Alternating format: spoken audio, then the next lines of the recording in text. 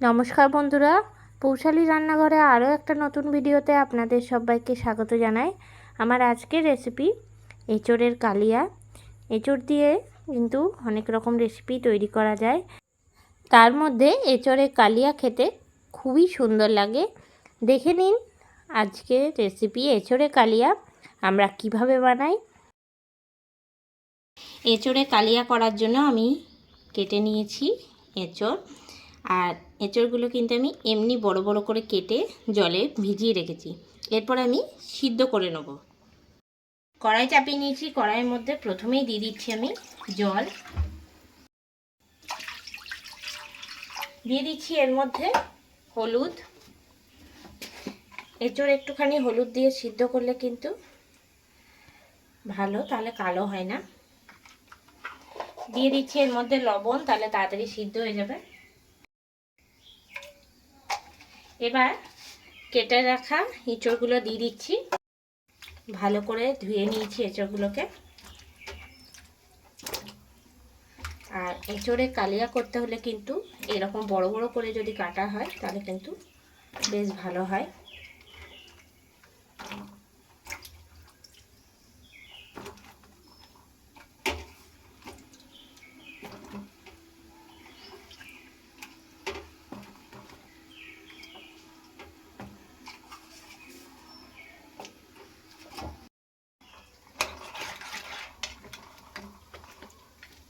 তল ওপর করে নিলাম। এবার দিয়ে দিচ্ছি চাপা ঢাকা।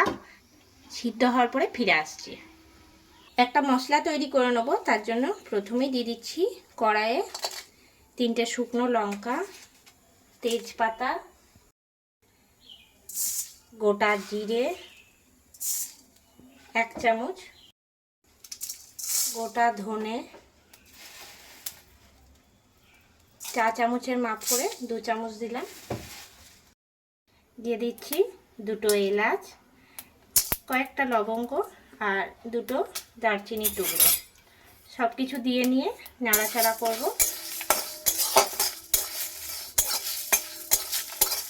শুকনো কড়াইয়ে একটুখানি ভাজা ভাজা করে নেব।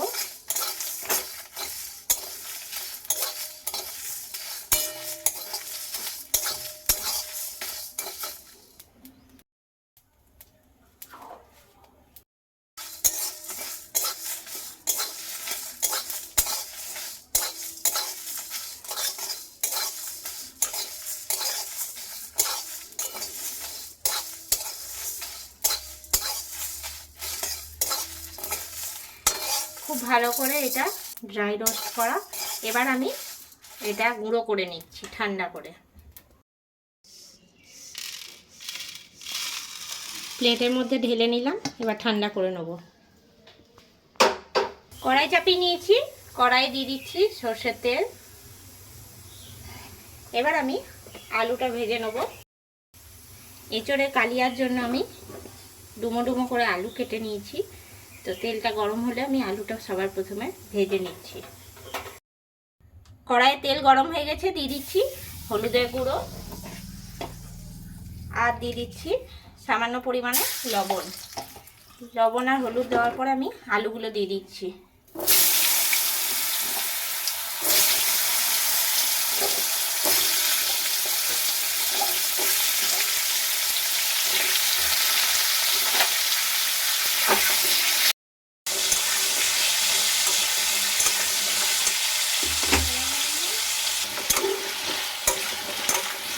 আলুটা নাড়াচাড়া করে কিন্তু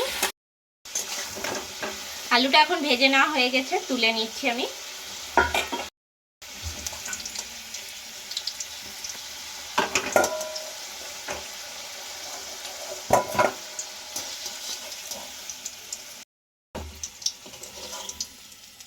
আলুগুলো ভেজে নেওয়া হয়ে গেল। এঁচোড়টা এখন সিদ্ধ হয়ে গেছে, ঝাঁঝরা দিয়ে এঁচোড়টা আমি তুলে নিচ্ছি।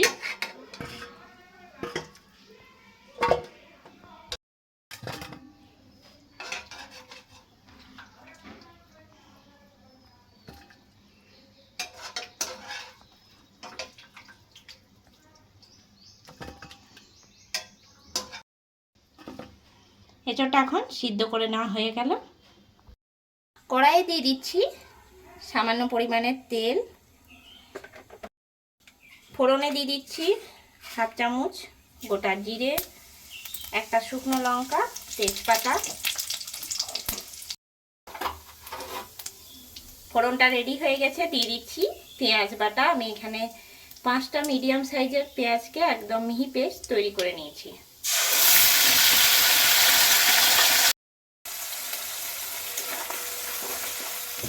পেঁয়াজটাকে নাড়াচাড়া করব, করে জলটাকে শুকিয়ে নেব। প্রথমে মিক্সিতে পেঁয়াজ বাটার সময় কিন্তু খুব কম জল দিয়ে বাটতে হয়, জল না দিলেই ভালো। এতে করে কড়াই কিন্তু দেরি লাগে যদি জল দেওয়া হয়, কেন পেঁয়াজের মধ্যেই কিন্তু জল থাকে। এখন কিন্তু নাড়াচাড়া করে পেঁয়াজের জলটা অনেকটা পরিমাণে শুকিয়ে নিয়েছি। এবার এর মধ্যে দিয়ে দিচ্ছি আদা, রসুন আর কাঁচা লঙ্কা বাটা। আমি এখানে 2টো মিডিয়াম সাইজের রসুন নিয়েছি, আর 3টে কাঁচা লঙ্কা, আর 1 চিরির মতন আদা নিয়ে বেটে নিয়েছি।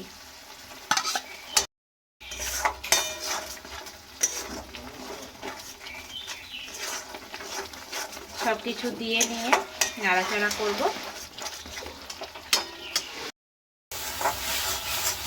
বেশ কিছুক্ষণ ধরে পেঁয়াজ রসুনটা কষাতে কষাতে এখন কিন্তু অনেকটাই জলটা মরেছে, আর পেঁয়াজ রসুনের গন্ধটাও কিন্তু অনেকটা চলে গেছে। এবার আমি দিয়ে দিচ্ছি এখানে টমেটোর পেস্ট, দিয়ে নাড়াচাড়া করে নেব। এবার আমি এর মধ্যে দিয়ে দিচ্ছি হলুদ, দিয়ে দিচ্ছি হলুদের গুঁড়ো 1/2 চামচ দিলাম। যেহেতু ইঁচড় সিদ্ধর সময় আমি একবার হলুদ দিয়েছিলাম, তার জন্য কম পরিমাণে দিলাম। দিয়ে দিচ্ছি লবণ,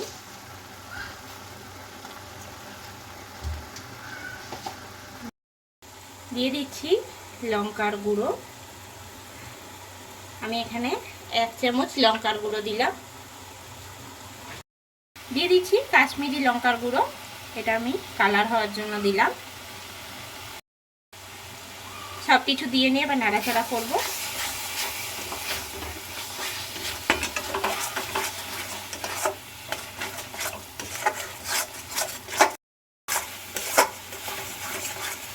সব কিছু দিয়ে নিয়ে কিন্তু খুব ভালো করে নাড়াচাড়া করতে হবে। আর এই সময় গ্যাসের ফ্লেমটা হাই টু মিডিয়ামে রেখেছি।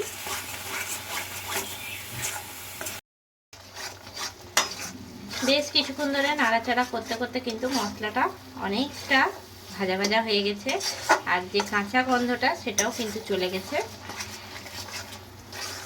আরও কিছুক্ষণ নাড়াচাড়া করে নেব।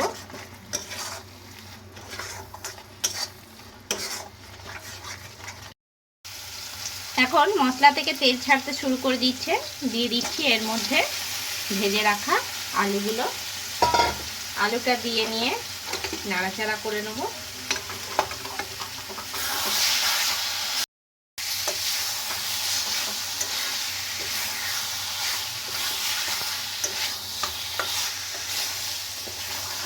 আলুটা নাড়াচাড়া করে নিয়েছি, দিয়ে দিচ্ছি সিদ্ধ করে রাখা এঁচোড়টা।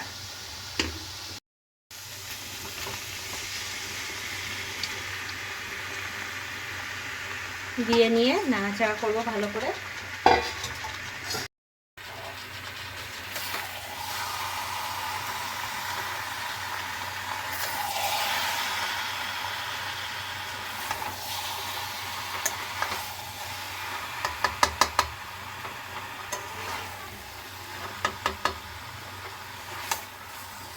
আস্তে আস্তে আমি তল ওপর করে নিচ্ছি।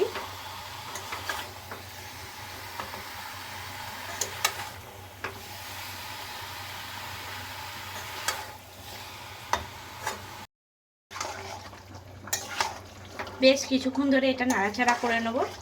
এঁচোড় আলুর সঙ্গে কিন্তু মশলাটা দিয়ে ভালো করে কষিয়ে নেব। অন্যদিকে আমি গরম জল করে নিয়েছি, দিয়ে দিচ্ছি এর মধ্যে গরম জল।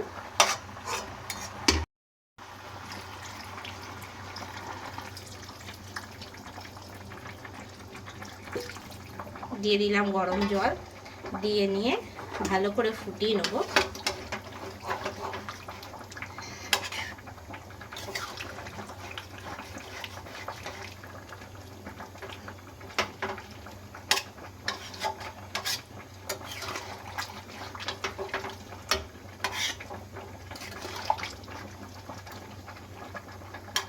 দিয়ে দিচ্ছি এর মধ্যে আরেকটু পরিমাণে জল,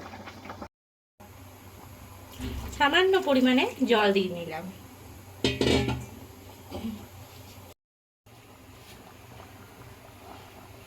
এরপরে আমি দিয়ে দিচ্ছি যে ভাজা মশলাটা আগে করে রাখলাম, সেই মশলাটা, এই মশলাটা আমি হাফ চামচ দিয়ে দিচ্ছি।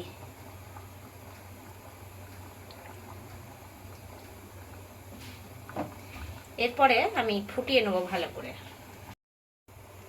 তল উপর করে নিচ্ছি একবার।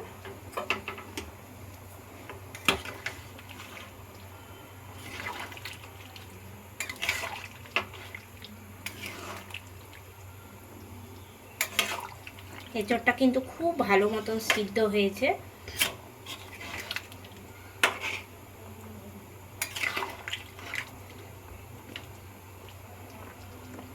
যেহেতু এঁচোড়ে কালিয়া, তার জন্য কিন্তু খুব বেশি আমি এর মধ্যে জল দিলাম না, একটুখানি গা মাখা মাখা জলই থাকবে। ভালো করে ফুটিয়ে নিচ্ছি। এখন ফুটে উঠেছে, আর দিয়ে দিচ্ছি ওপর থেকে 1 চামচ চিনি।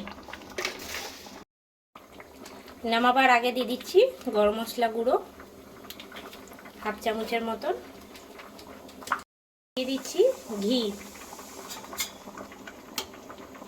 ঘি আর গরম মশলা দিয়ে নিয়ে নাড়াচাড়া করে নামিয়ে দেবো।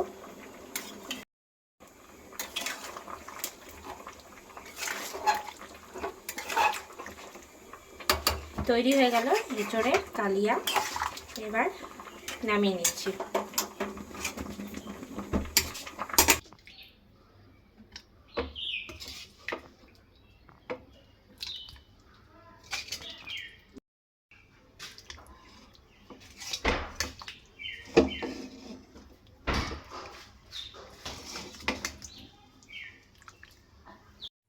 তৈরি হয়ে গেল আমার আজকের রেসিপি এঁচোড়ের কালিয়া। খুব সহজেই কিন্তু এই রকমভাবেই কিন্তু এঁচোড়ের কালিয়া তৈরি করে নেওয়া যায়। ভাত, রুটি বা ফ্রাইড রাইস যে কোনো কিছুর সঙ্গে কিন্তু খেতে অসাধারণ লাগে। কেমন লাগলো আমার আজকের এই রেসিপিটা অবশ্যই আমাকে কমেন্ট করে জানাবেন। রেসিপিটা ভালো লেগে থাকলে লাইক করবেন, শেয়ার করবেন। এই চ্যানেলে নতুন বন্ধু হয়ে থাকলে চ্যানেলটা সাবস্ক্রাইব করে দেবেন। পাশে থাকা বেল আইকনটা প্রেস করে রাখবেন সবার আগে নোটিফিকেশন পাওয়ার জন্য। আরও নতুন নতুন রেসিপি নিয়ে হাজির হব। সঙ্গে থাকুন আর দেখতে থাকুন।